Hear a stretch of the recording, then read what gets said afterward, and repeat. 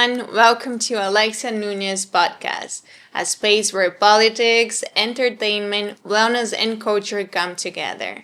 I'm Alexa Nunez, and I'm very glad to have you here with us. Every episode, we dive into conversations that not only shape our daily lives, but also inspire our minds and spark new perspective on daily topics.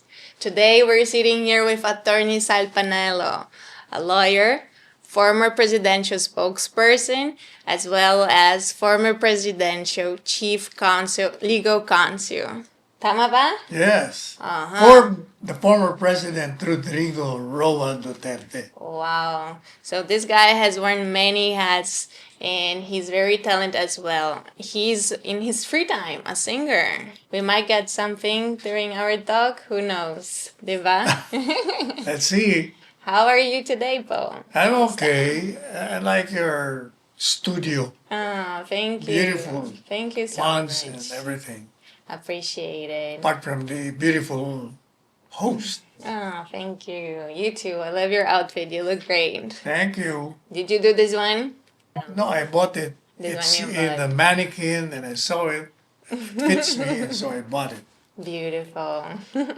Sal, you are known for many things. Yes. Diba? Spokesperson, lawyer, singer.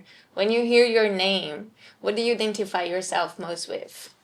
An ordinary person Ordinary. with many hats, according to you. I like that.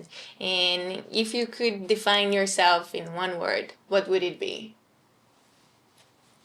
Man. Man. Okay. Mm-hmm. Tell me more. Just an ordinary man. It's how people perceive you to be, whatever they have painted you. It's not for me to paint myself. It's those who view you and look at you, listen to you. They will be the ones to describe who you are or what they perceive you to be. Basta happy ka, it's all Okay. good. Happy ka, di ba? If you're happy, Oh it's all yes, good. of course. I'm not stressed at all. I stress them. That's the secret of being happy. Don't be stressed. Oh, yeah, that's a good advice. Oh, take notes. Sal, looking back at your time with Duterte, Yes. what would you say was your biggest learning, your biggest lesson? Actually, I had no difficulty in being the chief presidential legal counsel and presidential spokesperson of the former president simply because we've been friends for so long. I think we've been friends for 33, 34 years and counting. So we know each other, we were close, and we had the same ideas. So it was not difficult for me. In fact, when I was the presidential spokesperson, everybody thought we would be talking with one another before my briefing in the morning, but we never talked. You know why? Because I make the briefing at 9 o'clock. And the former president was still sleeping. That was his bedtime. Wow. He sleeps at 7 in the morning and wakes up at 2 o'clock in the afternoon. So there is no opportunity for you to discuss what is to be taken on a particular briefing day. Yeah. But since we've been very close, we had the same ideas, we had the same thoughts on many things. In fact, I was the one who, which I would say, made him run. He didn't want to run. He didn't have the desire nor the obsession or the passion to run for president. In fact, it took me 10 years to persuade him, to egg him to run. Because during the 30 years plus of our friendship, I saw in the man the qualities of a president who could effect radical changes in the country. And that's why I didn't stop. So I courted him for 10 years until he finally gave his yes to me. So you guys never face a challenge, like any moment that any of No, you... I don't think so because when he was still mayor and I was a practicing lawyer, we have already discussed the kind of government or governance that he or together with me would effect. In other words, we had already a blueprint because we knew at the very inception the problems of the country.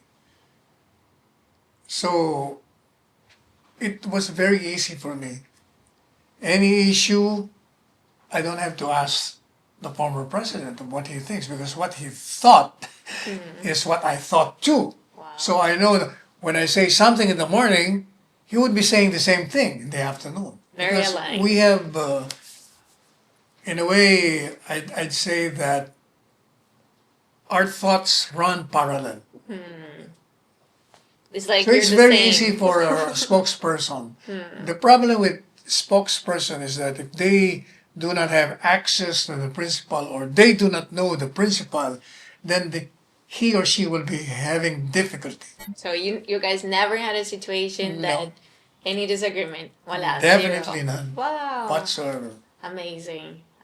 If you could say one thing that you really admire about Duterte, what would it be? Well, there are so many qualities that I like in him. Number one is an honest person. Number two, he has the guts. He has the political will. Okay, he couldn't care less who you are. As far as he's concerned, if he has a position of authority or a position of influence, then he will do exactly what is right. There's no ifs and no buts. As far as he's concerned, what the law is, that is the law.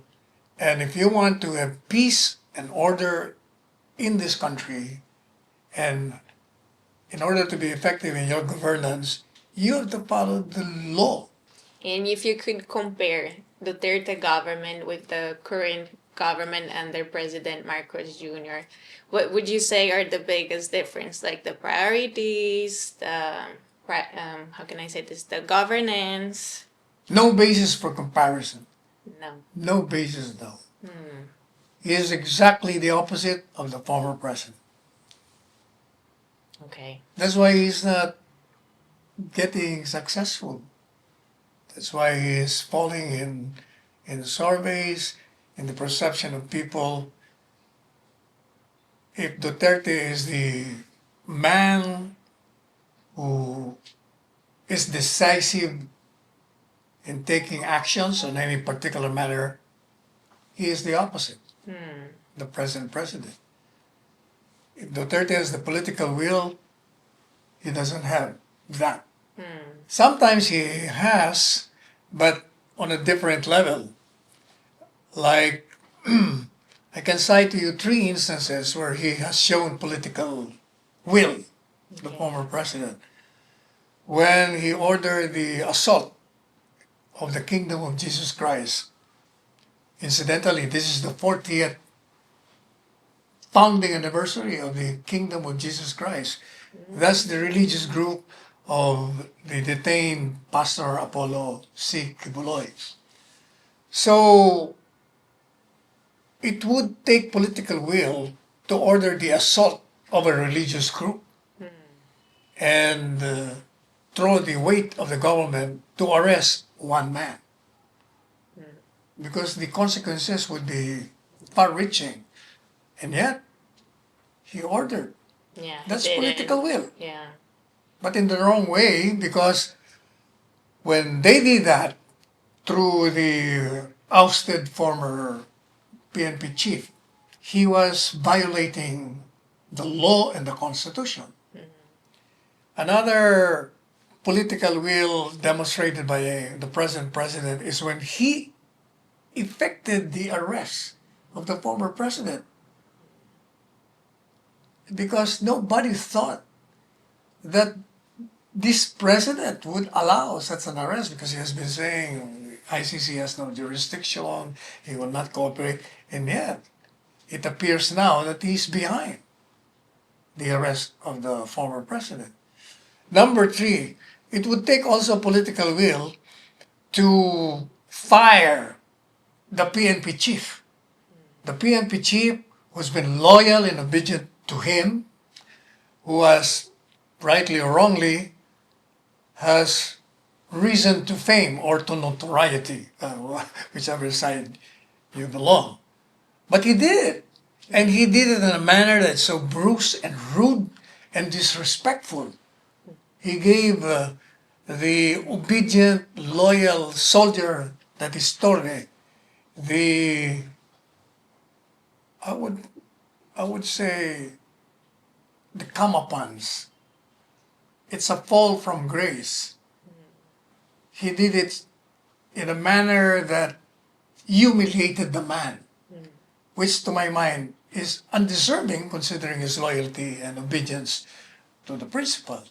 Although, as far as I'm concerned, he was not qualified to be the PNP chief, given the background of the man, like following an illegal order of assaulting a religious group where he mobilized 3,000 armed men in uniform and terrorized the faithful of the KOJC that resulted into injuries to destruction of properties. Plus, he also effected the arrest upon the orders of the principal of the former president. He even capped a former cabinet member. He was arresting him. And he disrespected the former first lady, the common law wife of the former president, and many things. If you could advise this current government, this administration, on some current urgent issue, what would it be? Corruption. Corruption would be the number one issue against this government because if you compare it with the former president, it suffers by comparison. Because during the time of the former president, just a whiff of corruption and the person or official involved will be fired at once. But look at what is happening now. Despite the corruption, widespread corruption in the Department of Public Works, he did fire the person who is supposed to be at the helm and who should be knowledgeable of what was happening in this department. If President Duterte is still the president, he would have fired him immediately. So this is something that I think most of the Filipinos identify, not only you, as one of the biggest barriers for the development of the Philippines, Yes, corruption, correct. right? I agree. Yeah. And why do you think we still have to deal with corruption despite, every promising change and I've always thought that corruption can be traced, number one, to the lack of formal education of the Filipinos. I recall that Lee Kuan Yew, the president of Singapore, the first time he did as president of the country was to educate all Singaporeans. Look at them now. But in the Philippines, majority of the Filipinos, unfortunately, have been deprived of a formal education. And you know that education is the key to progress. Look what kind of officials the people are electing, the electorate. Majority of the electorate lack the education. Yeah. So these voters would be susceptible to influence, intimidation. They will sell their votes. They can be coerced. They can be intimidated. So you look at Congress and they will tell you that, what kind of members of Congress do you have? Or in the Senate or the entire legislative body, they will tell you that You got clowns there. You got what else? I don't want to give some more. I'd rather let the people speak. In other words, if you are an educated person, you cannot be voting somebody who is intellectually inferior to you. You will vote for somebody equal in education or even higher in education. Yeah.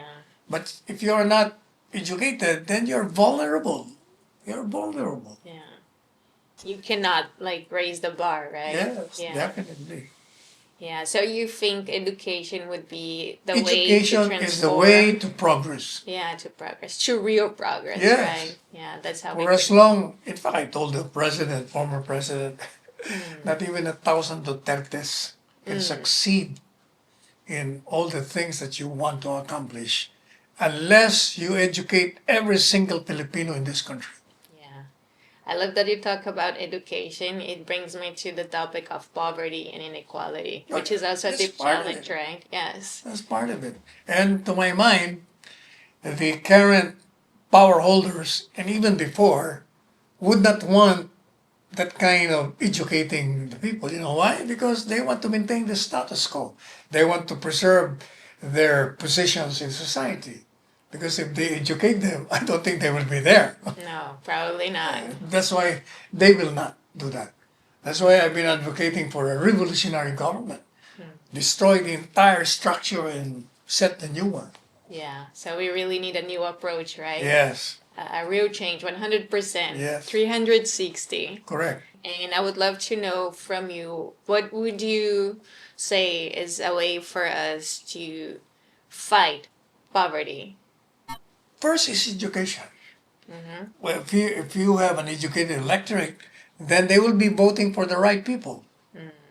So if you have the right people, then these officials will not think of themselves, but of the country.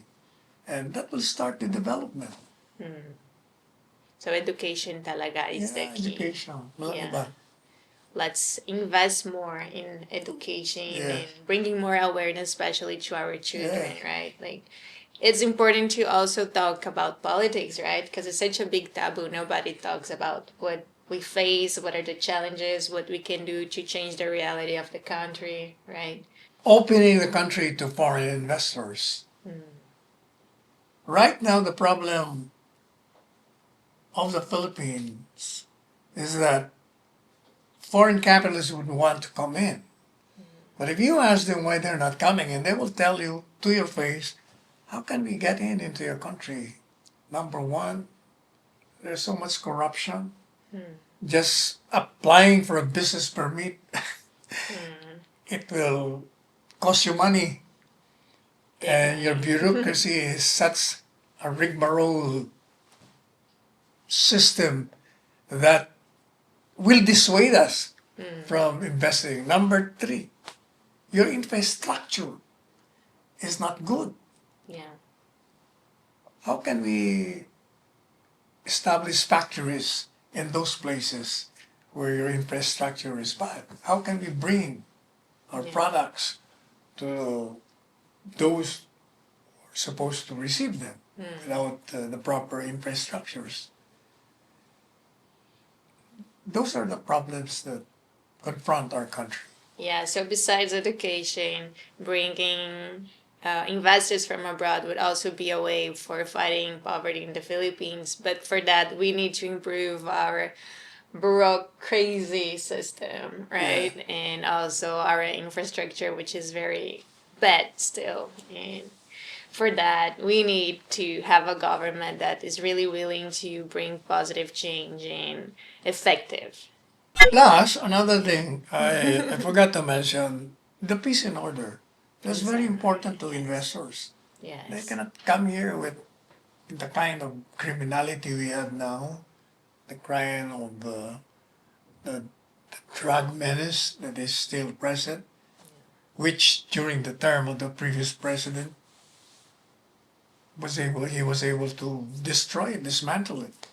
Now it has came back with a vengeance.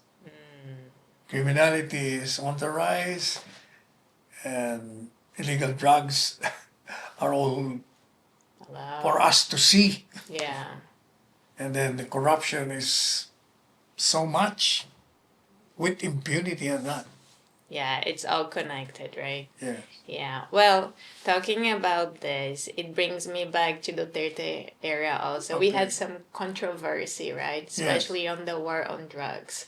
What would you say it were the successes and the shortcomings? Well, definitely there has been success because prior to his assumption to the presidency, the drug menace was in this in a level where if it was not stopped immediately, it would have affected the entire next generation. So he had to declare a war on drugs. He needed to enforce the law strictly, and he did that. And the accusation that there were so many casualties, my response to that is under our law, the policeman can kill on the principle of self-defense. These people involved in drugs will never allow themselves to be arrested or detained. They will fight back. That's why there were so many casualties. Apart from that, those involved in the illegal drug industry fought each other.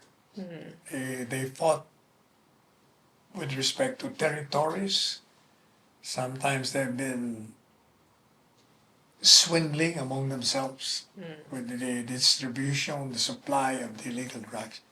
So for you, in your opinion, it really brought change to Yeah, you the did. scenario Well, of you can drug ask the abuse. ordinary person or even a middle class person or a rich person, they will tell you that he did stop the drug menace. So no shortcomings in your opinion. The only shortcomings they're saying is that there's so many casualties, but that's part of a war. You cannot have no casualty when there is war. That is the logical consequence. It will result into that. Let's get back to the point that you are a singer in your free time. Oh, That it helps you to balance the weight of politics and law. How do you see what's the meaning of music in your life? music is the language of the heart. If you will notice all the composers and the singers, when they create songs, it reflects their feelings, their sentiments, whether their feelings towards another person, towards a particular group, or to a particular country. It's the language of the heart. What your heart feels, it is encapsulated in that song that you compose. Music is the language of love. Yes. Wow. Would we be able to get a bit from you? A song that you bring from your heart? You can relate to all songs because all the songs, you'll notice, speaks of love. In fact, I have one composition that I have recorded titled "You Are the Love of My Life." Wow, that's beautiful. I composed that for my son, lawyer Paulo, who's going to wed. Could you show us a sample of your composition? In the winter of my life, I remember you, my dear. In the summer of my dreams, I have written you this song. Take my hand, be my girl, and we'll love forever. I'll touch your hair, I'll kiss your lips, they are mine forever. You are the love of my life. You are the song that I sing. You are the music I hear. You are the love of my life. Ah, that's so beautiful. I love it. Wow, I can see it really comes from your heart, right? How about your wife? Si Sally. Have you ever composed or sang a song for her? Sabi ng girlfriend ko, ako raw ay babaero. Chicks daw ang hilig ko. Telebabad pa raw ako. Pero ang totoo, siya lang ang love ko. Araw-araw sinusundo kahit na nobreda ko. Kahit anong oras, inahanap-hanap kita. So ano pa ang hingin mo? Ako lang ang nagmamahal sa'yo. Ah, beautiful. I love it. Very sincere, right? I love it. Best regards to Mom Arceli. She's amazing. Lucky you, huh? Thank you. Thank you. Thank you for sharing. Beautiful. Now I can see why people call you a singer. Oh. I know you have been through a lot throughout your journey as a Yeah. lawyer, right? And as a political insider, let's say. What would you share with people that you think, especially the new generations, they should bring to their lives so they can spark real change? Number one, you should be honest. Honesty is still the best policy. And no matter in what station in life you are now, you should always remember that what is right is always right. What is wrong is always wrong. You cannot go in between. Because if you do that, that's the start of corrupting yourself in going to the wrong path. Wow, deep now. From your end, what was one of the hardest moments you faced? Actually, none. Nothing that made you realize that it's important for you to be authentic, to keep true to yourself. Like you never felt like you lost your track? No. Never. You were always focused and knew what you Yes. wanted. Because that was the training that I got from my parents. Be honest, be truthful, and have discipline, and be caring. And I have endeavored to apply them in my life. Well, we can see you're very determined and always very transparent. So I can feel you're very strong, and especially the new generation, they need more of this because nowadays so many distractions, so many right social media and temptations that bring Yes. people away from themselves. So what you're saying, it's very important. And I would like to know one advice from you to those who still believe in the law and in politics, people that really want to do a difference for the country, for the Philippines. What would you advise them? Well, all of the young ones, they go to school. They learn the basic lessons that we adults have gone through. And what is important is for them to absorb what they have learned and to apply them in their everyday lives. No matter what kind of status in life they reach or achieve, they must not forget the basic ethical learnings that they had. And if they do that, they will always be in the righteous path. Yes, very important.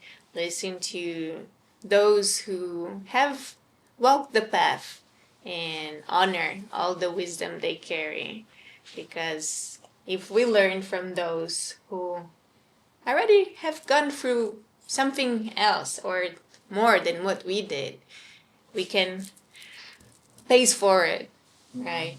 Thank you so much for this. I really appreciate that. And You're welcome. I'm sure many people who are watching maybe we're also needing to listen to what you just said. So thank you for this. Thank you for having me. One last Pleasure. question. Yes. What legacy do you want to be remembered for? As a man, as a human being, I did what the Creator made me, and that is to respond as a human being to another in need. I'm quite sure you are already known for this. I can tell. Thank you. I can tell. I can tell. Oh, more songs. There's All some. right, I want more. Do we No. have more? No. Thank you so much, Atty. Thank you, Sal thank Panelo. you, Alexa. Thank you. It's a big honor for us to have you here. My honor and pleasure. I hope to have you again soon. Hopefully. Thank you. Hopefully, yes, thank you. God bless you. God bless you too. And if you want, you have a message to leave for the audience. Let us love one another, because what lacks in this world is love. Yes, more love. More love. More love. More music. Thank you, everyone who tuned in to Alexa Nunes podcast. It was a big honor for us to have you here. If you enjoyed, make sure to subscribe, to leave a comment, to share it with your friends, and to keep on following us. And we're going to keep on having other guests as well, discussing more about politics, about entertainment, wellness, and culture. So stay tuned, and I see you very soon. Take care. Before we leave, wait lang. What? We have a gift for you. It's a pasalubong from South Cotabato, Mindanao. Thank you. It's for thank you and Arceli. Thank you, thank you. Yes, I hope you like it. It's from the Tiboli tribe, from Lake Cebu. Oh, thank you. For Mechi Mechi. Thanks. Yeah. Red, white, and black. Yes, it's a necklace for her and for you, a bracelet. Thank you, thank you. Hope you enjoy it. All right, thank you Yeah. for the pleasure of your company. Thank you po. Maraming salamat. Wala pong anuman. Bye, everyone. Ciao.